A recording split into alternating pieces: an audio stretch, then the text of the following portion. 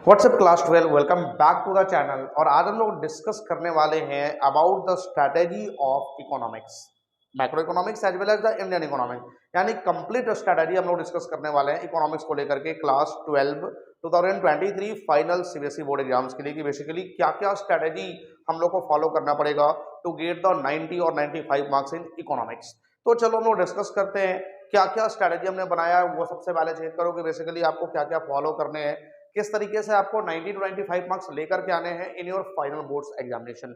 हमने बीएसटी का स्ट्रेटेजी आपको दे दिया है, उसके बाद आज मैं इकोनॉमिक्स का दे रहा हूँ और नेक्स्ट डे में आपको अकाउंट्स का भी बेसिकली पूरा का पूरा स्ट्रेटेजी आपको प्रोवाइड कर दूंगा और आप तीनों ही सब्जेक्ट्स को लेकर के 90 टू 95 मार्क्स इजी वे में गेट कर सकते हो। तो चलो वो देखते हैं क्या स्ट्रेटेजी बनाएंगे। सबसे पहले इकोनॉमिक्स बेसिकली हमारा दो पार्ट्स में बटा हुआ है।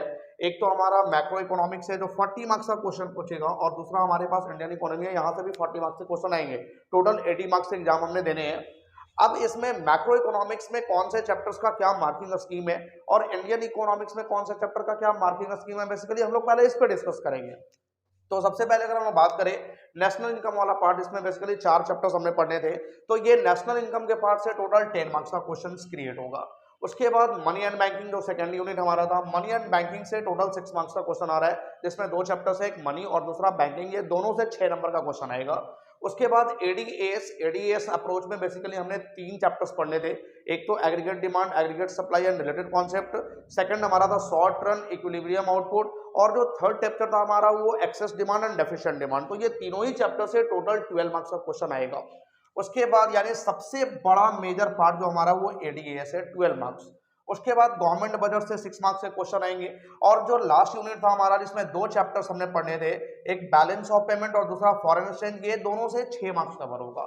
तो ओवरऑल इन सारे चैप्टर से 40 मार्क्स कवर होंगे इन मैक्रो इकोनॉमिक्स। अब उसके बाद हम लोग डिस्कस करते हैं कि हमारा जो इंडियन इकोनॉमिक्स है उससे किस तरह से मार्किंग स्कीम किया गया है चैप्टर्स का। सबसे पहला डेवलपमेंट एक्सपेंसेस। अब डेवलपमेंट एक्सपेंसेस का मतलब कि बेसिकली 3 पार्ट जो हमने पढ़े हैं। On the eve of independence यानी एट द टाइम ऑफ 1947, ये on the eve of independence में मेजर पार्ट हमने क्या देखने थे। उसके बाद हमने पढ़ना था 1951 से लेकर के 1991 तक का पार्ट, यानी 5 year plan in India.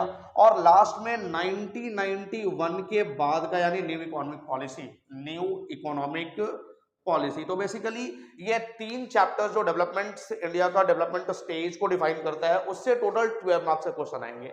Next current challenges. अब करंट चैलेंजेस में क्या है, जो हमारा अनएम्प्लॉयमेंट है, बेसिकली अनएम्प्लॉयमेंट को लेकर के, या फिर जो हमारा सस्टेनेबल डेवलपमेंट है, या फिर अभी जो हमने जस्ट रूरल डेवलपमेंट्स के बारे में पढ़ा। तो बेसिकली इन सारे करंट चैलेंजेस से टोटल 20 मार्क्स, यानी ये मेजर पार्ट कवर करेगा, 20 मार्क्स कवर करेगा ये 3 चैप्टर। जो आपका अनएम्प्लॉयमेंट है, रूरल डेवलपमेंट है, सस्टेनेबल डेवलपमेंट है, बेसिकली ये टोटल 20 मार्क्स कवर करने वाला है। तो सबसे मेजर फोकस हमारा कहाँ होगा, इस करंट चैलेंजेस पे। उसके बाद comparison with neighbours, India, China, Pakistan, ये 8 मार्क्स को कवर करेगा। तो टोटल जो इंडियन इकोनॉमी है वो 40 मार्क्स कवर करेगा, जिसमें मेजर फोकस हमारा करंट चैलेंजेस पे होना चाहिए। तो आप इसको अच्छे से ये कर लो कि आपको सबसे ज्यादा फोकस किस पे करना है, करंट चैलेंजेस पे।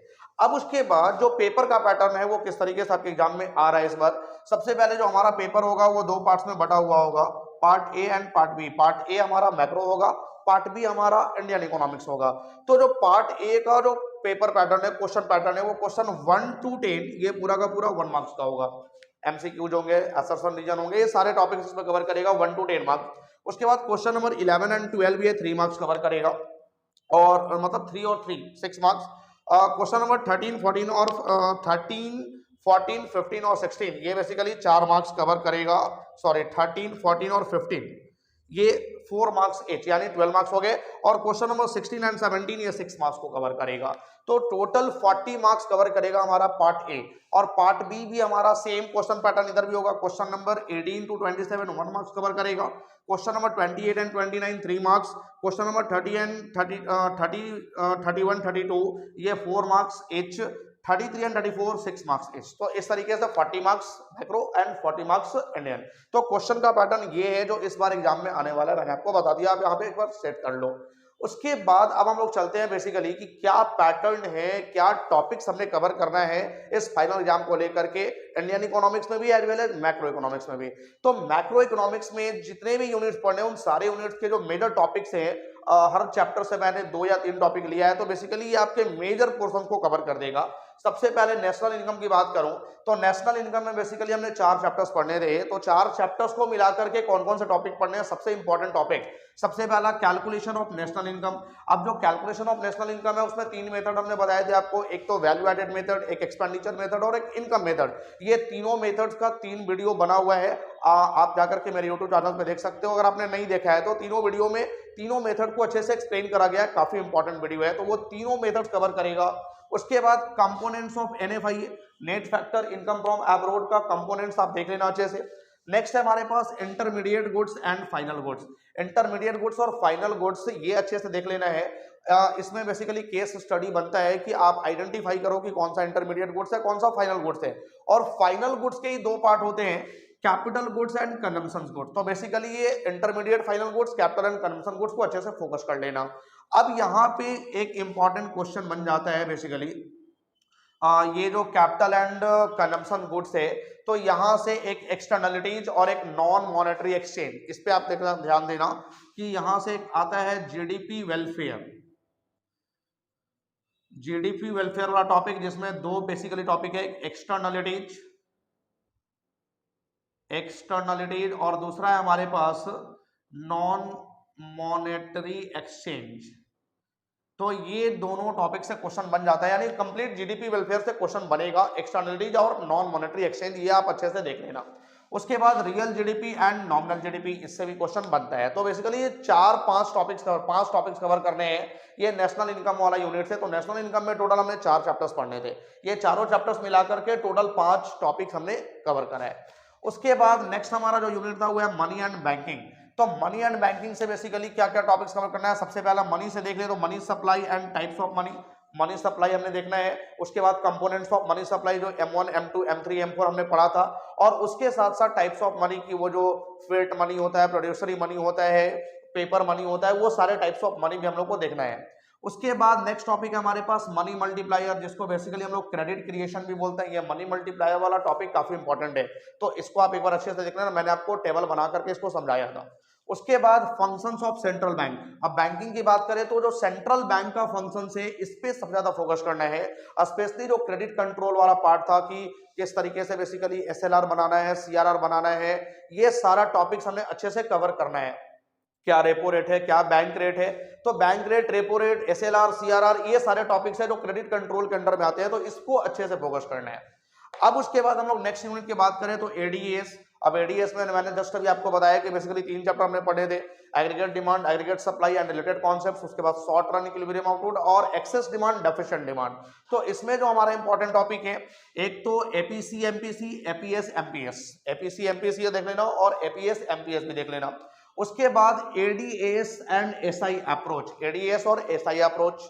उसके बाद है हमारे पास मल्टीप्लायर, और लास्ट अब यहां से एक चीज का ध्यान रखना कि जो APC MPC, APS MPS आया या फिर ADS SI अप्रोच आया, यहां से एक न्यूमेरिकल कंफर्म आएगा, एक न्यूमेरिकल कंफर्म आएगा यहां से, और उसके साथ साथ न्यूमेरिकल के साथ साथ एक इक्वेशन वाला क्वेश्चन जो है ये आएगा ही आएगा।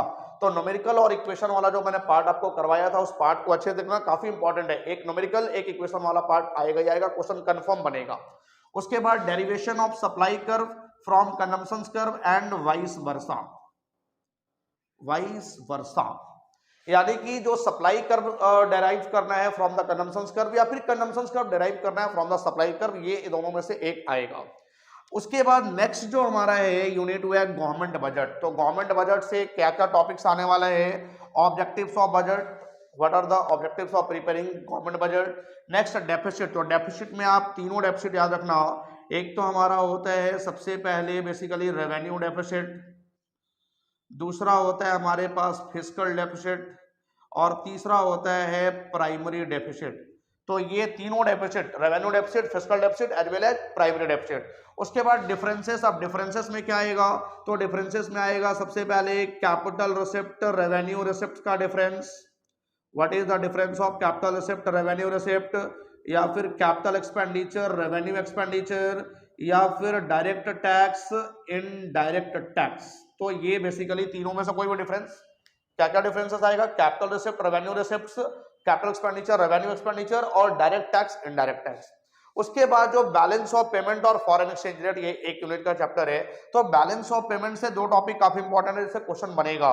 Components of capital and current account आप रट लो, components of capital and current account ये रख लेना। अच्छा, एक चीज और मैंने बताना भूल गया कि जो डेफिसिट है ना, डेफिसिट में रेवेन्यू, फिस्कल और प्राइमरी डेफिसिट, इसके इंप्लीकेशन जरूर देख लेना। इंप्लीकेशन से क्वेश्चन बनता ही बनता है। और कैपिटल एंड करंट अकाउंट का कंपोनेंट्स एकदम से रट लो भाई, आएगा ही आएगा क्वेश्चन। उसके बाद ऑटोनोमस एंड एकोमोडेटिंग आइटम्स, ये भी आप एक बार देख लो, क्वेश्चन आएगा। फॉरेन एक्सचेंज रेट से क्या क्या आएगा, सबसे पहला types of foreign exchange, foreign exchange का टाइप्स क्या क्या है। उसके बाद determination of foreign exchange rate, foreign exchange rate किस तरीके से हम लोग डिटरमाइन करते हैं। Impact of change in demand and supply on rate, अगर चेंज इन डिमांड या चेंज इन सप्लाई होता है तो उसका क्या इंपैक्ट पड़ेगा फॉरेन एक्सचेंज रेट पे। तो ये सारे टॉपिक्स मैक्रो इकोनॉमिक्स के हुए। अब मैक्रो इकोनॉमिक्स में आप इन सारे टॉपिक्स को आज से पढ़ना शुरू कर दो, रिवाइज करना शुरू कर दो। इसके साथ साथ और भी टॉपिक देखने हैं, बट मेजर जो फोकस रहेगा हमारा इन सारे टॉपिक्स पर रहेगा, क्योंकि इन सारे टॉपिक से क्वेश्चन 80 to 90% बनेगा ही बनेगा। तो अगर आप इन सारे टॉपिक्स को एक बार रिवाइज कर लेते हो तो आपके एग्जाम का 90 to 95%, एटलीस्ट 90% तो आपका कवर हो ही जाना है। और बाकी के 10% के लिए आप बुक से रीडिंग करते रहो अदर टॉपिक्स को, वहां से 10% 15% कवर हो जाएगा। तो ये हो गया हमारा मैक्रो इकोनॉमिक्स। आप इसका जल्दी से स्क्रीनशॉट लो। उसके बाद हम लोग डिस्कस करते हैं इंडियन इकोनॉमिक्स में कौन कौन से टॉपिक्स हमने देखने हैं। चलो अब जल्दी से हम लोग देखते हैं कि इंडियन इको का क्या पैटर्न रहेगा इस बार के एग्जाम में। तो इंडियन इको में टोटल हमने टॉपिक्स किया है, बेसिकली हर चैप्टर से यहाँ पे भी 2 या 3 टॉपिक हमने मेजर कवर किया है। तो अब इंडियन इकोनॉमिक्स में क्या क्या आने वाला है, क्या क्या इंपॉर्टेंट टॉपिक है जिसपे आपको फोकस करके चलना है अभी से ही। लास्ट के टाइम में तो मैं फिर से बताने वाला हूँ कि बेसिकली क्या क्या एग्जाम में फाइनली आ रहा है, लेकिन इन सारे टॉपिक्स को अगर आप कवर करते हो तो आपका 90% कवर हो जाएगा आपके एग्जाम का पैटर्न। सबसे पहले हम लोग बात करें on the you of independence. तो इंडिपेंडेंस के टाइम में बेसिकली हमारे इकोनॉमिक्स का क्या पोजीशन था, तो इससे हम लोग को सबसे पहले देखना है फीचर्स ऑफ एग्रीकल्चर। एग्रीकल्चर में स्पेशली आपको देखना है जमींदारी सिस्टम। उसके बाद features of foreign trade, foreign trade के सारे फीचर्स देख लेना है, as well as the features of industrial sector. तो बेसिकली 3 सेक्टर्स इसमें मेन थे, एग्रीकल्चर सेक्टर, फॉरेन सेक्टर्स और साथ ही साथ इंडस्ट्रियल सेक्टर्स। और उसमें भी एग्रीकल्चर में सबसे पहले जो देखना है वो फोकस, मेजर फोकस रहेगा जमींदारी सिस्टम पे। उसके बाद अगर हम लोग बात करें 5 years plan in India, basically ये 1951 से 1991 के बीच में हमारे इंडियन इकोनॉमिक्स का क्या, हमारे इकोनॉमिक्स का क्या पोजीशन रहा, बेसिकली हमारे इंडिया का क्या पोजीशन रहा। तो हम लोग इसमें बात करें सबसे पहले गोल्स ऑफ प्लानिंग। अब गोल्स ऑफ प्लानिंग में आपको याद करवाया था मैंने, GEMS, जेम्स बोल करके मैंने आपको याद करवाया था। तो ये गोल्स ऑफ प्लानिंग पे स्पेशली फोकस होगा। उसके बाद आता है एग्रीकल्चर रिफॉर्म। अब एग्रीकल्चर रिफॉर्म्स में बेसिकली 4 तरह का रिफॉर्म्स मैंने आपको पढ़ाया था। कौन कौन सा रिफॉर्म, एक तो ग्रीन रिवॉल्यूशन था, ग्रीन रिवॉल्यूशन के साथ साथ व्हाइट रिवॉल्यूशन था, व्हाइट रिवॉल्यूशन के साथ येलो रिवॉल्यूशन था, और उसके बाद गोल्डन रिवॉल्यूशन। तो बेसिकली ये चारों रिवॉल्यूशंस आपको ध्यान में रखने हैं, green revolution, white revolution, yellow revolution as well as the golden revolution. अब इन सारे रिवॉल्यूशंस में डेट जो होते हैं वो काफी इंपॉर्टेंट होते हैं। तो डेट मैं लास्ट में आपको कराऊंगा, रटना नहीं है, मैं लास्ट में आपको कुछ डेट दे दूंगा, आप उसको माइंड में सेट कर लो, एग्जाम में पूरा का पूरा लिख करके आना, पूरा मार्क्स मिलेगा। तो ये चारों रिवॉल्यूशन देख लेना। उसके बाद IPR 1956, इंडियन पॉलिसी रिजोल्यूशंस 1956, ये आपको देख करके जाना है। और उसके बाद इंपॉर्टेंट टॉपिक है इंपोर्ट सब्स्टिट्यूशन। तो ये 4 टॉपिक्स हमने कवर करा है 5 ईयर्स प्लान इन इंडिया, यानी the economy of India between the 1951 to 1991। उसके बाद नेक्स्ट है हमारे पास chapter number 3, economic reforms. Economic reforms का मतलब यहाँ पे बेसिकली आपको याद रखना है new economic policy 1991, new economic policy 1991, ये हम लोग को फोकस करना है इस चैप्टर में। एक तो लिबरलाइजेशन रिफॉर्म, लिबरलाइजेशन रिफॉर्म पूरा का पूरा क्वेश्चन बनेगा ही बनेगा, इस बार लिबरलाइजेशन से क्वेश्चन 100% बनेगा। उसके बाद गुड और bad impact of LPG, liberalisation, privatisation और ग्लोबलाइजेशन का क्या गुड इंपैक्ट था, क्या बैड इंपैक्ट था। उसके बाद नेक्स्ट चैप्टर की मैं बात करूं तो ह्यूमन कैपिटल फॉर्मेशन। अब ह्यूमन कैपिटल फॉर्मेशन से सबसे पहला जो टॉपिक है source of human capital formation, basically क्या क्या सोर्सेस है ह्यूमन कैपिटल फॉर्मेशन के। उसके बाद human capital and human development form, ये स्पेशली याद रखना इस टॉपिक को। उसके बाद एजुकेशन, तो एजुकेशन का importance as well as the challenges of education. तो ये सारे टॉपिक्स कवर करेंगे ह्यूमन कैपिटल फॉर्मेशन को। ये 3 टॉपिक है, देखो हर चैप्टर से 3 या 4 या फिर किसी से 2 टॉपिक मैं लेकर के चल रहा हूँ, एवरेज 3 टॉपिक हर चैप्टर से मैंने लिया है। उसके बाद अगर हम लोग बात करें रूरल डेवलपमेंट, तो रूरल डेवलपमेंट में सबसे पहला चैलेंजेस ऑफ रूरल क्रेडिट, अब challenges of rural credit basically क्या था, ये आपने अभी जस्ट पढ़ा है, तो थोड़े ही दिन हुए हैं रूरल डेवलपमेंट्स पढ़े हुए। तो चैलेंजेस ऑफ रूरल क्रेडिट, उसके बाद measures taken by government to improve the rural marketing को इंप्रूव करने के लिए बेसिकली गवर्नमेंट ने क्या क्या स्टेप लिए, गवर्नमेंट ने क्या क्या मेजर्स लिए, और उसके साथ साथ ऑर्गेनिक फार्मिंग। तो ऑर्गेनिक फार्मिंग का एक तो बेनिफिट भी आप देख लेना, और क्या प्रॉब्लम्स फेस करता है हमारे इंडिया में organic farming, basically organic farming के साथ क्या प्रॉब्लम्स क्रिएट हो रहा है इन इंडिया, इस पे फोकस कर लेना स्पेशली। अब बात करूं मैं एम्प्लॉयमेंट की, तो एम्प्लॉयमेंट में सबसे पहले जो इंपॉर्टेंट टॉपिक है वो informalisation and casualisation. Informalisation and casualisation very very important topic, इससे क्वेश्चन बनेगा ही बनेगा, आप सेट कर लो। उसके बाद labour supply and labour force, labour supply और लेबर फोर्स से भी क्वेश्चन बनेगा। टाइप्स एंड काउडेज ऑफ अनएम्प्लॉयमेंट, कितने तरह के बेसिकली अनएम्प्लॉयमेंट होते हैं और क्या क्या रीजन है, क्या क्या काउडेज है अनएम्प्लॉयमेंट के इंडिया में, तो ये 3 टॉपिक से क्वेश्चन बनेगा। उसके बाद मैं बात करूं एनवायरमेंट एंड सस्टेनेबल डेवलपमेंट, तो एनवायरमेंट एंड सस्टेनेबल डेवलपमेंट में basically sustainable development and it's strategy, कि क्या क्या सस्टेनेबल डेवलपमेंट का स्ट्रेटेजी बनाए गए थे, बेसिकली इस पे फोकस कर लेना, इससे बहुत ज्यादा टॉपिक नहीं आएगा। सस्टेनेबल डेवलपमेंट क्या होता है और बेसिकली उसके क्या क्या स्ट्रेटेजी बनाए गए थे, बेसिकली हमको इस पे फोकस करना है, ये मेजर पार्ट्स को कवर कर लेगा सस्टेनेबल डेवलपमेंट का। उसके बाद सबसे लास्ट में हमारा कंपैरिजन इंडिया चाइना पाकिस्तान, ये जो नाइबरहुड्स का कंपैरिजन था, तो उसमें ग्रोथ एंड स्ट्रेटेजी, ये इंडिया चाइना पाकिस्तान तीनों ही का, इंडिया का, चाइना का और पाकिस्तान का, ये तीनों का ग्रोथ क्या था और उसका स्ट्रेटेजी क्या था बेसिकली ये, और लास्ट में डेमोग्राफिक इंडिकेटर्स की, क्या क्या डेमोग्राफिक इंडिकेटर्स थे बेसिकली। तो ये सारे टॉपिक्स हो गए इंडियन इकोनॉमिक्स के। इंडियन इकोनॉमिक्स का आप ये सारा टॉपिक्स कवर करो, आपका 80 to 90% पार्ट्स जो है वो कवर हो जाएगा। 80 to 90% पार्ट्स आप इससे कवर कर सकते हो। बाकी का जो 10 to 20% बच रहा है वो मैं लास्ट टाइम में आपको बताऊंगा कि बेसिकली फाइनली क्या आ रहा है हमारे एग्जाम्स पैटर्न में इस बार। तो आप इकोनॉमिक्स का भी पूरा का पूरा सिलेबस मैंने आपको दे दिया, पूरा का पूरा एक कंप्लीट स्ट्रैटेजी मैंने बना करके दे दिया, बिजनेस स्टडी को ऑलरेडी मैंने दिया हुआ है।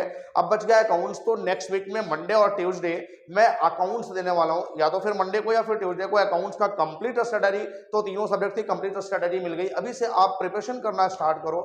इजी वे में आप 80 to 90% तो आप इससे कवर कर लोगे, बाकी का 10 to 20% आप मेरे ऊपर छोड़ दो, जब मैं हूं तो फिर टेंशन क्या लेना। Thank you.